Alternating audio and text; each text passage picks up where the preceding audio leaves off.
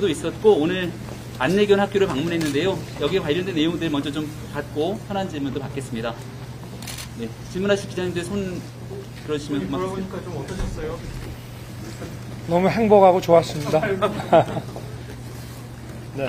그 안내견과 함께 직접 이제 보행 체험을 해보셨는데 좀 어떤 면이 불편하셨고 어떤 점을 개선했으면 좋겠다 생각하셨나요? 글쎄 이 보행 코스가 좀 짧고 또 안내견이 이미 좀 숙달되어 있는 코스여가지고 또 우리 훈련사 한 분이 옆에서 또 저걸 해줬기 때문에 그러나 참 웬만큼 훈련하지 않고는 안내견의 도움을 받아서 보행하는 것이 또 실제 거리나 이런 데를 다닌다는 것이 참 쉬운 일이 아니구나 하는 걸 느꼈습니다. 네. 질문 주시죠. 조금 전에 간담회 마지막에 그 한 마리를 키우시겠다 이렇게 얘기를 하셨는데요. 네.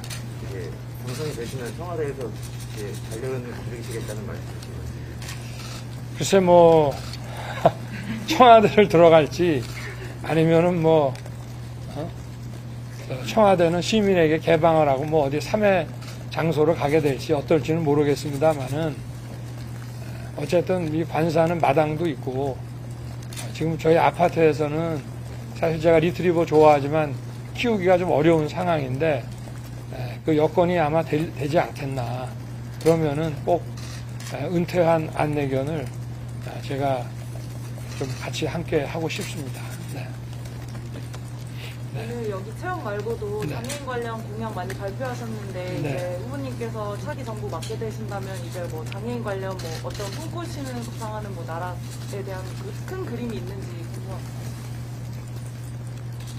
장애인과 그 비장애인 사이에 어떤 격차나 차별이 있어서는 안 되고 기회가 서로 공정하게 장애라는 이유만으로 비장애인과 기회에 있어서의 불공정이 있어서는 안 된다 하는 것이 제가 갖고 있는 그 장애인 정책의 기본 원칙입니다.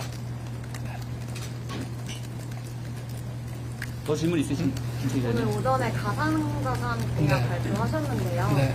이재명 더불어민주당 후보도 같이 오늘 네. 가상자산에 대해서 발표했습니다. 혹시 이 후보와 다르게 후보님만의 좀 차별화된 가상자산 공약이 있다면 뭔지 좀 설명해 주시겠습니까? 가상자산이라고 해서 뭐 특별할 거는 없고요.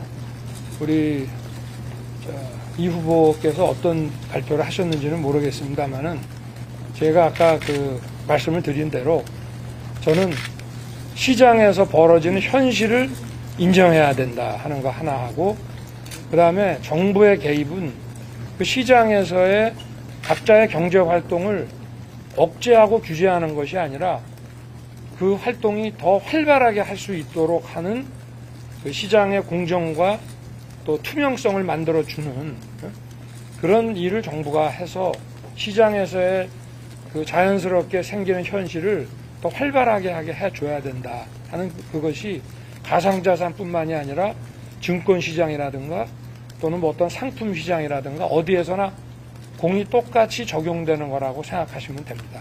네.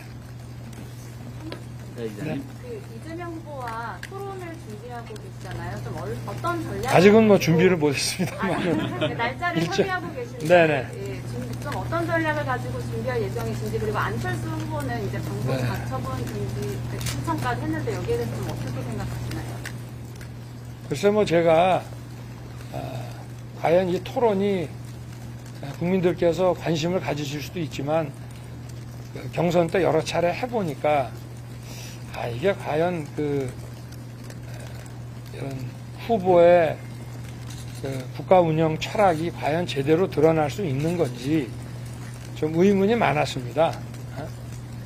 그리고 그 어떤 특검을 먼저 수용하고 얼마든지 토론을 하겠다라고 이제 얘기를 하다 보니까 이제 뭐 토론을 뭐 기피한다 어쩐다 이런 얘기가 나왔는데 대통령에 나서겠다고 하는 사람으로서 국민들 앞에 그 자신의 그 국정 운영 철학을 상대 후보와 또 함께 논하는 것을 피해가지고 되겠습니까? 그게 정치인데. 그리고 저는 뭐 특별히 무슨 이 TV 토론회 그를 준비하는 제 나름의 무슨 전략이나 이런 건 없습니다. 그냥 제가 가지고 있는 생각을 국민들께 솔직하게 말씀드리는 그런 기회로 저는 생각을 하고 있습니다. 서울로 올라가야 되는 일정 때문에 한두 가지 정도만 질문을 더 받고 정리하면 좋겠는데요. 네. 이재명 후보가 개헌을 통해서 네. 4년 중인제 이런 얘기를 했는데 거기에 대해서 후보는 어떤 생각이신지 동의하시는지. 저는 뭐 개헌 문제는 우리나라의 모든 법률의 가장 위에 있는 또 국가 통합의 그 상징인 이런 헌법을 고친다고 하는 문제는 어떤 국민의 그 합의가 있어야 하고 신중하게 판단해야 되는 문제라고 저는 늘 생각을 합니다.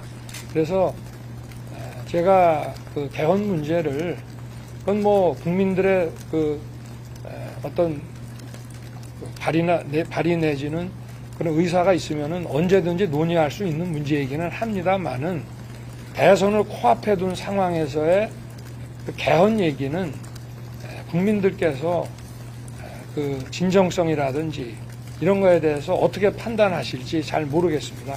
네. 후보님 이번 네. 개선이 그래서 좀 네거티브전으로만 흐르는 건 아니냐 이런 비판도 일각에서 나오는데 이런 네. 부분에 대해서 어떻게 생각하시나요?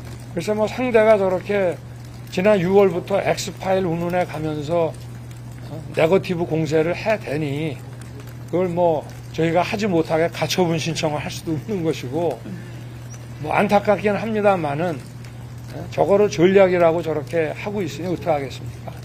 마지막 하나 질문 받고 네. 정리하겠습니다. 네, 조금만 크게 말씀해 주시겠어요? 네? 녹취록 관련된 질문이라고 네네. 합니다. 그 이제 또 2차가에 대해서 사과를 요구했는데 네. 안 하고 있는 게 혹시 낙석 시스템이 아닌가 이런 지적도 일각에서 나오고 있는데 여기에 대해서 후보님의 뭐 입장이나 어떻게 생각하시는지가 아니 벌써 그 서면 답변을 통해서도 그 이것이 물론 뭐 나오게 된 경위와 MBC의 보도로 인해 갖고 사적인 이런 대화들이 공개가 되고 국민들께서 알게 되셨지만 경위 여하를 불문하고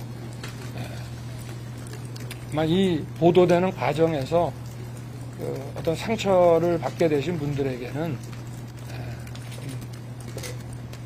송구하고 사과드린다는 입장을 이미 서면으로 얘기를 했고 뭐 지금도 거기에 대해서는 뭐 저나 제 아내나 뭐 같은 생각입니다. 네. 그래서 뭐 말씀을 드렸기 때문에 네, 고맙습니다. 저희가 진짜 다음 일정들이 줄줄이 이어져 있어서 후보님께서 생각이 같은 정치개혁은 그럼 지금 어떤 게 가장 심각한가요? 개헌도 결국 정치개혁의 논의 중에 하나인데. 네. 아니 그러니까 이 개헌 문제를 이렇게 대선을 코앞에 두고 좀 더 주장을 할 거면은 좀 일찍이 집권 여당으로서 180석을 가지고 있고 이랬으면은 뭐 당내 경선부터 기회가 많지 않았습니까? 그리고 근데 이거를 대선을 코앞에 그리고 뭐 여러 가지 상황이 막 터진 그런 가운데 좀 저는 딱 듣고 약간 뜬금없다 이런 그리고 많은 사람들은 개헌을 대통령의 어떤 권력 분산이라는 그죠? 이 개헌의 방향 통치 구조의 방향이라고 하는 것은 권력을 어떻게 분산하고 대통령제라고 하는 것을 초헌법적으로 운영돼 왔던 것을 어떻게 법 안쪽으로 끌어들여서 정상화하느냐에 대한 그런 쪽으로 생각을 하고 있었는데 뭐 4년 중임제라는 얘기가 턱하니 나오니까 그거는 뭐 그쪽으로 갈 수도 있는 문제지만 지금 우리가 권력 구조에 대해서 논하고 있는 이 개헌의 방향이라고 하는 것은 대통령의 권한을 좀 줄이자 하는 거 아니겠습니까? 그럼 5년을 사실상 8년으로 가자고 하는 얘기이기 때문에 저는 뭐 국민들께서 어떻게 판단하실지 저는 이재명 후보의 그 개헌 그 주장에 대해서는 논평을 하고 싶지는 않습니다만은 국민들께서 잘 알아서 판단하실 것으로 보고 있습니다. 네. 내일도 기회가 있으니까 네. 이 정도 하겠습니다. 고맙습니다. 후보님 저기 있는 젊은 청년 분들은 소비형 몇 번.